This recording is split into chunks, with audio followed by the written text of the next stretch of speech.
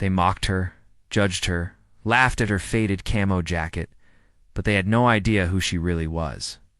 Welcome to Thread Tales, where we unravel stories that hit hard and reveal truths that linger. The girl in the faded camo jacket and worn backpack walked into the upscale office and immediately drew scornful stares. One employee chuckled. Did survival camp drop her off by mistake? Another added, she must think this is an army base. Emily said nothing, simply sat quietly in the corner, like she was waiting for orders. But hold on. What happens when the truth lands with the force of a Black Hawk helicopter? Stick with Thread Tales to find out. By noon, when the rooftop shook, under the roar of rotor blades and a real Black Hawk landed, she was the one called by a tactical code name. Emily Carter was 22, with pale, rosy skin that caught the light like she'd just come in from a cold morning. Her brown hair hung loose, soft but untamed, falling past her shoulders, in a way that said she didn't care about mirrors. Her brown eyes were sharp, watchful, like she was scanning the room for threats nobody else saw. She was pretty, but not in the loud, polished way of the women around her, just quiet, like a sunrise. You don't notice until it's there. Her faded camo jacket, its black t-shirt, khaki pants, and scuffed sneakers looked like they'd been through hell and back, not like they belonged in Newer Media's Manhattan office. With its glass walls, chrome desks, and air that smelled like expensive cologne.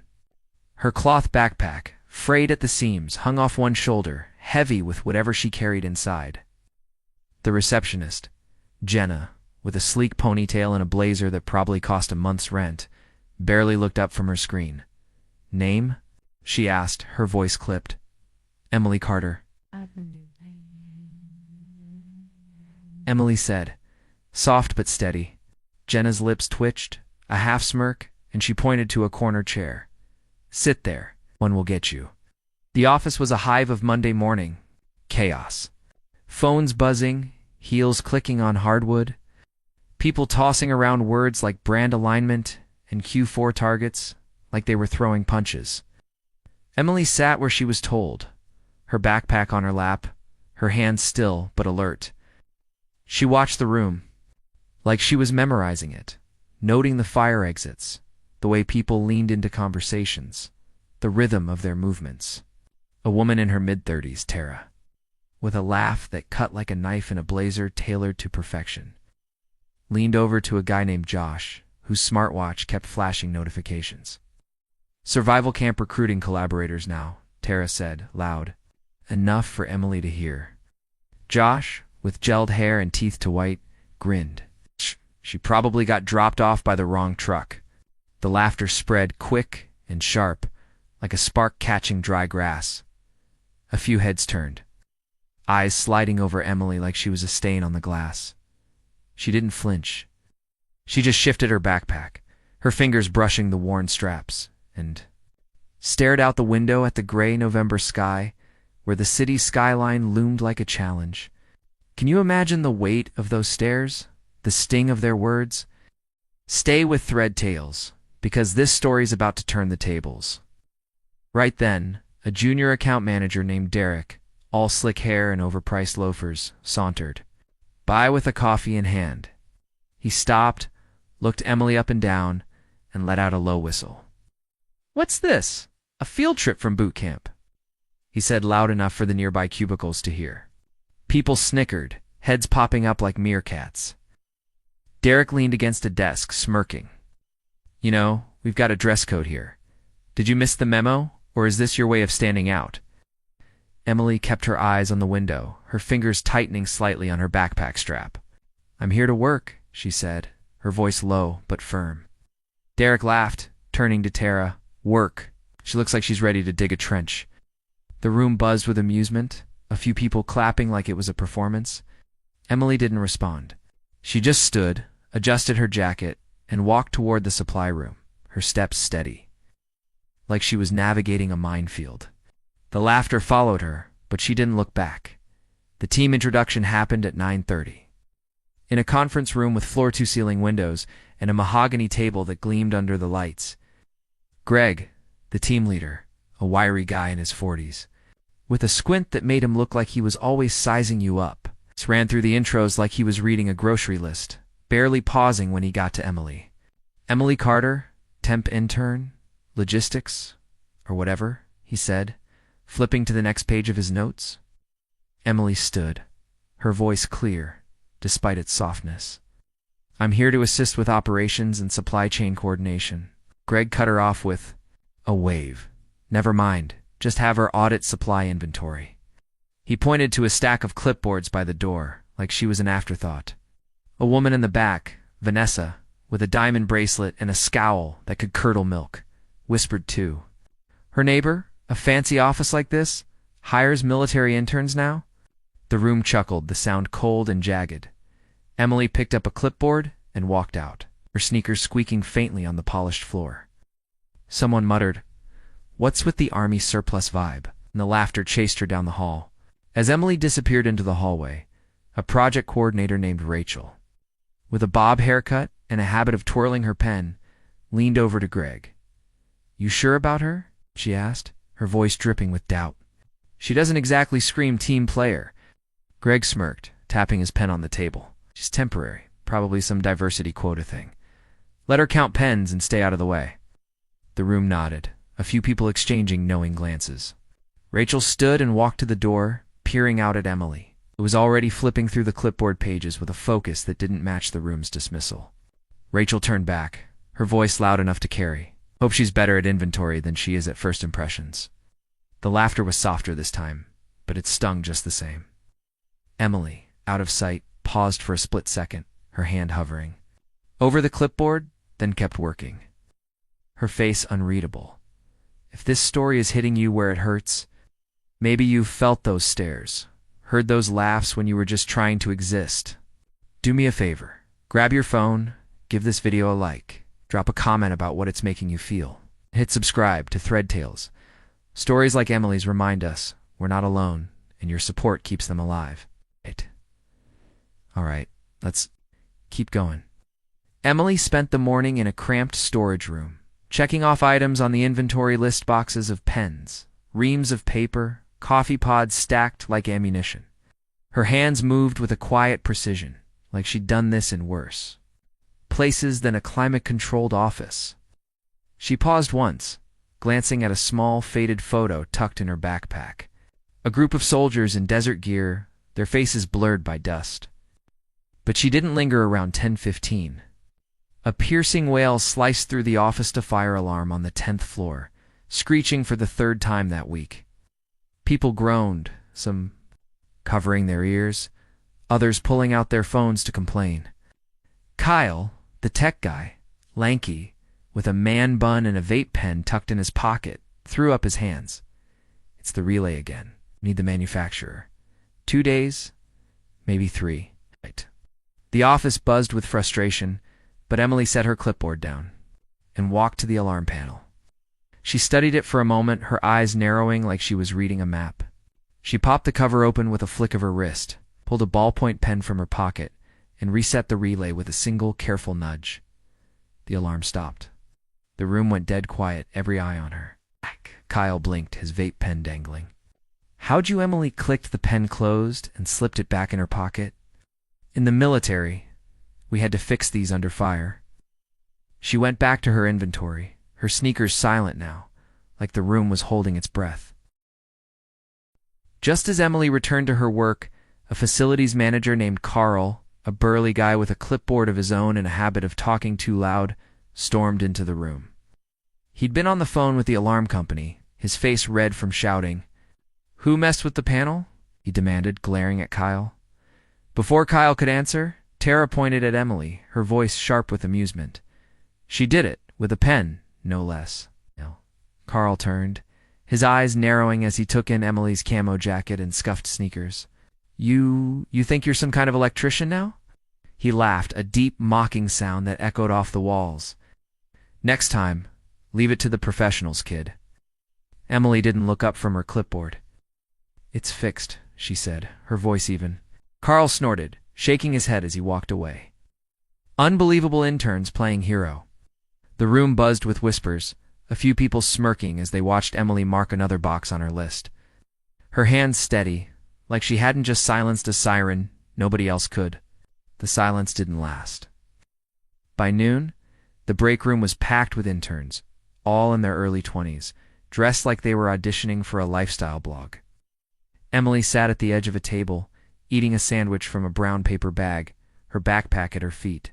Tara, with perfect eyeliner and a voice that carried like a megaphone, leaned forward. "So, Emily, what's with the camo? You going hunting after work?" Her friend smirked, already anticipating the punchline. Emily took a bite, chewed slowly, and answered, "I'm used to it. It moves better." Josh, Tara's boyfriend, with a smirk that seemed glued to his face, laughed so hard he nearly spilled his latte. To escape deadlines, another intern, Sophie, with highlights that cost more than Emily's entire outfit, jumped in. Or snipe someone who rejects your draft. The table erupted, laughter bouncing off the marble counters. Emily didn't look up. She just bowed her head, took another bite, and let the noise roll over her. Her fingers tightened slightly on her sandwich, the only sign she'd heard them at all. The laughter grew louder, like they were feeding off her silence. Later that afternoon, the marketing team was in a frenzy, scrambling to prepare for a last-minute client pitch. A drone was supposed to capture aerial footage for an ad campaign, but the hired pilot had bailed, leaving them with a useless rig and a looming deadline. Sophie, now sipping a smoothie, spotted Emily passing by with a stack of files. "Hey, Camo girl," she called out, her voice dripping with sarcasm. "You're all about that rugged life, right? Know anything about drones?" The room snickered, expecting Emily to fumble. Emily paused, set the files down, and glanced at the drone on the table. "I can try using my phone," she said, her tone matter-of-fact. Josh laughed, slapping the table. "Who do you think you are, Air Force?" Emily ignored him, pulled out her phone and synced it to the drone in seconds. She flew it with perfect angles, smooth tracking, capturing footage that made the creative director, a woman named Lisa, with a sharp bob and sharper eyes, stop mid-sentence. The room went quiet as the drone landed softly. Lisa stared. "Where'd you learn that?" Emily shrugged. "During an extraction mission," the words hung there, heavy, but nobody dared ask more. The next morning, Emily was there before anyone else, her sneakers silent on the hardwood as she slipped into the office. The place was still, just the hum of the HVAC and the faint glow of computer screens. She sat at her desk, sorting through supply logs with a focus that didn't waver, her hands moving like they knew the work by heart. Around 7:30, the design team, Lauren, Claire, and Mia, 3 women in their late 20s with matching manicures, in a shared obsession with social media, rolled in, already giggling about their latest TikTok idea. They were streaming a live video they called "One Day as a Soldier," with cartoon rifles and helmets flashing on the screen. Lauren, with a laugh like a hyena, handed Emily a coffee cup. "Salute the manager with this," she said, her eyes glinting with mischief.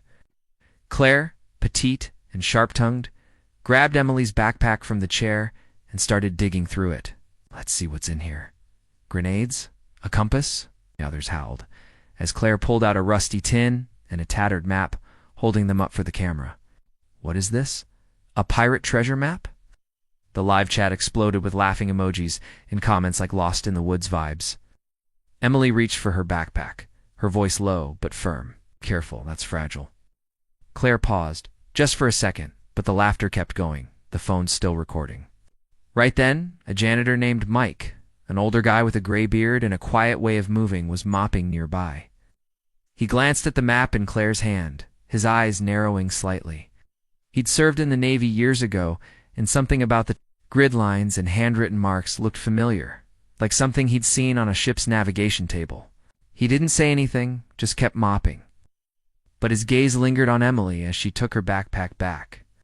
She met his eyes for a moment, a quick nod passing between them, like a signal nobody else caught. The design team didn't notice, too busy laughing and reading the chat comments aloud. "Oh, this one says she's ready for the zombie apocalypse." Mia cackled, zooming in on the map. Emily zipped her backpack shut, her movements deliberate, and went back to her desk. Mike kept mopping, but he watched her go, his grip tightening. on the mop handle like he knew more than he was letting on. Harold, the finance director, walked by at that moment. He was in his 60s, with gray hair and a limp from an old war wound, the kind of guy who kept a folded flag on his desk and never talked about it. His eyes landed on the map in Claire's hand, and he stopped cold. "Who drew this?" His voice was low, almost a growl. "Where did you get this RF Fox Delta grid?" The design team froze, their giggles fading. Emily met his gaze, her brown eyes steady. "I marked every evac point on it." Harold's face changed like he'd seen a ghost. He stood straighter, almost at attention, then turned and walked away, his limp more pronounced. The design team shrugged it off, muttering about weird old guy. But the air felt heavier now, like something unspoken had just walked into the room. By Wednesday, Emily was still the office oddity, moving through her tasks with a quiet efficiency nobody noticed. She'd spent the night cross-referencing delivery schedules, her desk littered with sticky notes and a single dog-eared notebook. At the weekly meeting, she stood to present her logistics report, her voice clear as she laid out timelines and cost projections with a precision that didn't match her faded jacket. Greg cut her off halfway through, weak voice, scattered delivery. "You're not cut out for media." He leaned back, smirking like he'd just won a chess match. Vanessa whispered to the woman next to her. "She already looks like a farm girl. Now she wants to do strategy." A few people snickered. Greg waved Emily out. "Go get coffee for everyone. Black. 2 sugars for me." As she left carrying a tray of empty cups, someone snapped a photo of her from behind Camo jacket. Messy hair, cloth backpack hand, posted it online with the caption "Rebel Warehouse Guard."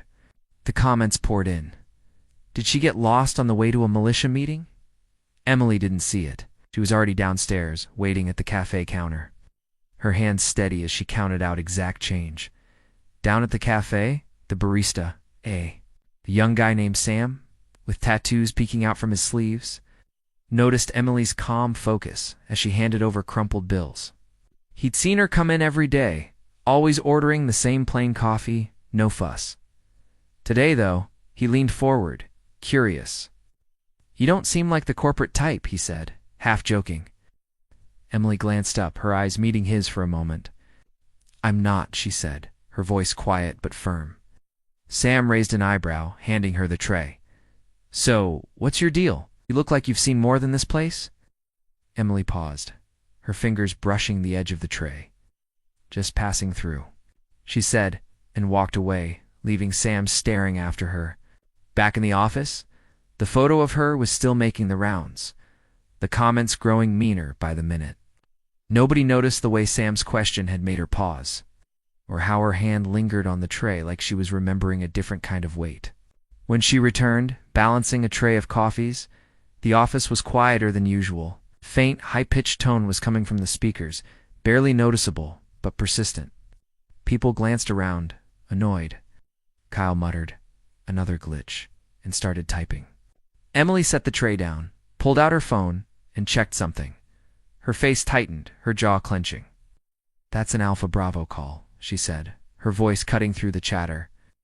"Someone on the roof is broadcasting a distress signal." The office burst into laughter. Greg rolled his eyes. "She thinks she's in an action movie now." Vanessa snorted.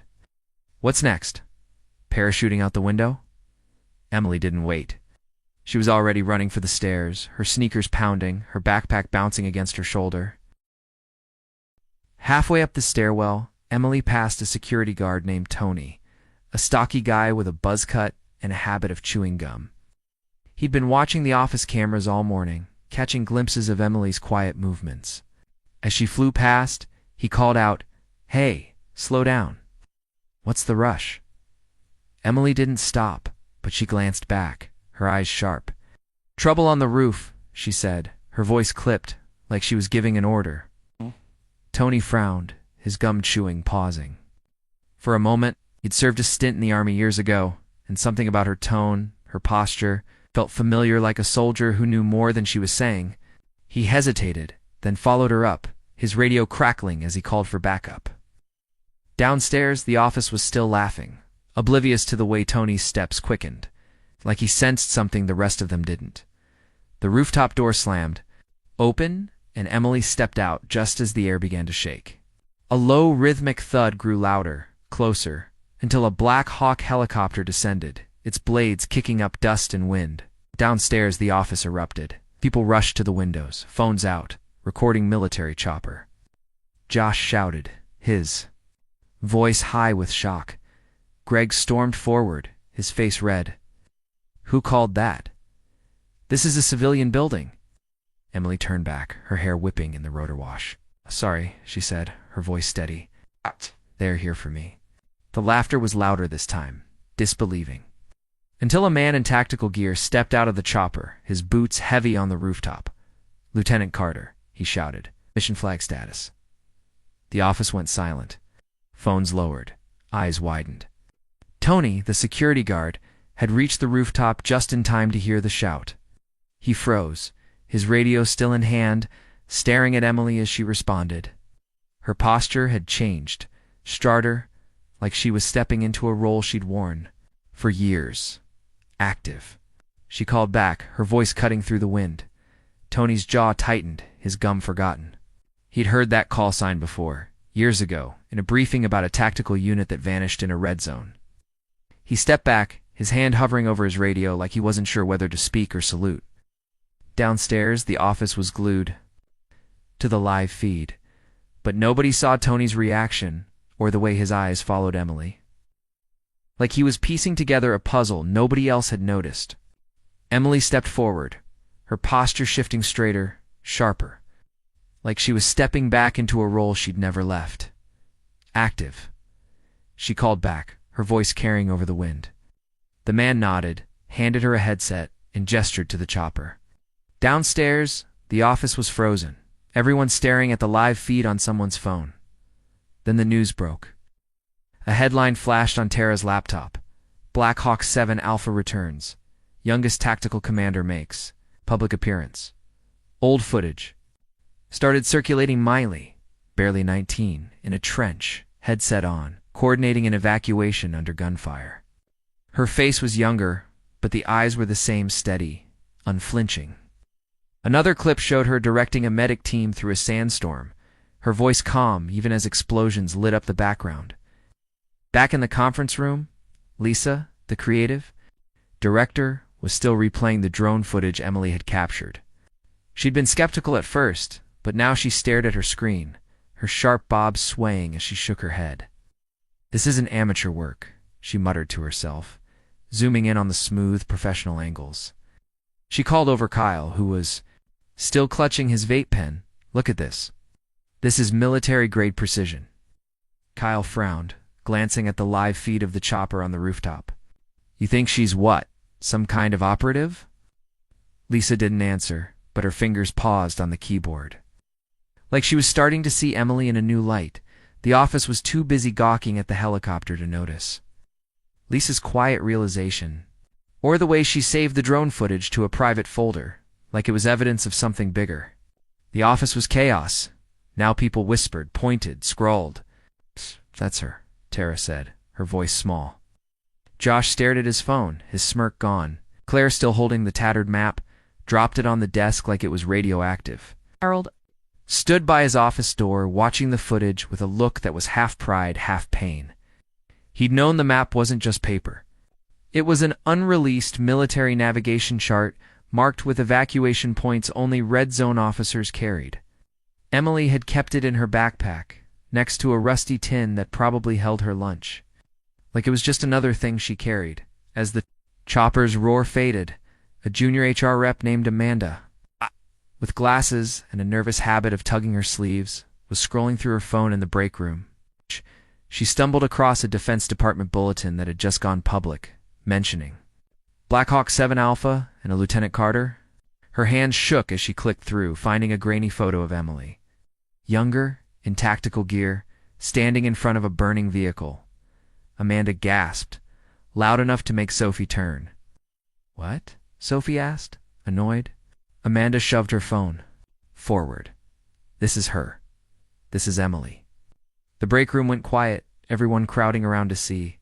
The bulletin described a mission 3 years ago, aimed a tactical unit lost in a red zone, led by the youngest commander on record. Amanda's voice trembled. She's not just some intern. Nobody responded, but the air shifted like the truth was finally sinking in. On the rooftop, Department of Defense agents were waiting. A woman with a tight bun and a clipboard spoke to Emily in low tones. "Strategic personnel protection," she said. "You're needed." Emily nodded, adjusted her backpack, and climbed into the chopper. She didn't look back, didn't wave, didn't gloat. The door slid shut, and the Black Hawk lifted off, disappearing over the skyline. Downstairs, the office was silent, the rotor noise fading into the distance. The fallout came fast. Greg was called into HR that afternoon. By evening, he was packing his desk, fired after the rebel warehouse guard post was traced to his account. Vanessa's whispered comment about Emily's farm girl look went viral. Her book deal with a major publisher collapsed when the screenshots hit social media. The design team's "One Day as a Soldier" video was taken down after a flood of comments called it cruel. And Lauren lost her clothing brand sponsorship. Claire tried to apologize online, but her post was buried under clips of Emily's battlefield. Footage shared millions of times. The office didn't talk about Emily after that, but her name was everywhere, on news sites, Dodd bulletins, and quiet conversations by the coffee machine. She was Lieutenant Carter, the youngest tactical commander of Black Hawk 7 Alpha, who led evacuations in red zones and walked away from an office that never saw her coming in the days that followed. Mike, the janitor, was cleaning the break room. When he overheard Tara and Josh whispering about the viral footage, he paused, his mop still, and looked at them. "You didn't know who you were messing with," he said, his voice low, like he was stating a fact. Tara flushed, her eyeliner not so perfect anymore. "We were just joking," she muttered. His head, his beard catching the light. Jokes like that cost people their dignity. He went back to mopping, leaving Tara and Josh staring at the floor. Nobody else heard the exchange, but it lingered. Like a warning, nobody else would heed. Emily's absence was louder than her presence had ever been, and the office felt smaller without her. Life has a way of judging you for who you are, for the clothes you wear, the way you stay, the space you take up. Emily Carter lived that judgment every day in that office, and she never let it break her. She carried her truth quietly, not because she was weak, but because she didn't need their approval. She'd earned her place in a world they'd never understand. And when the truth came out, it wasn't loud or vengeful, it was just real. Where are you watching from? Leave a comment below and hit follow to walk with Thread Tales through heartbreak, betrayal, and finally healing.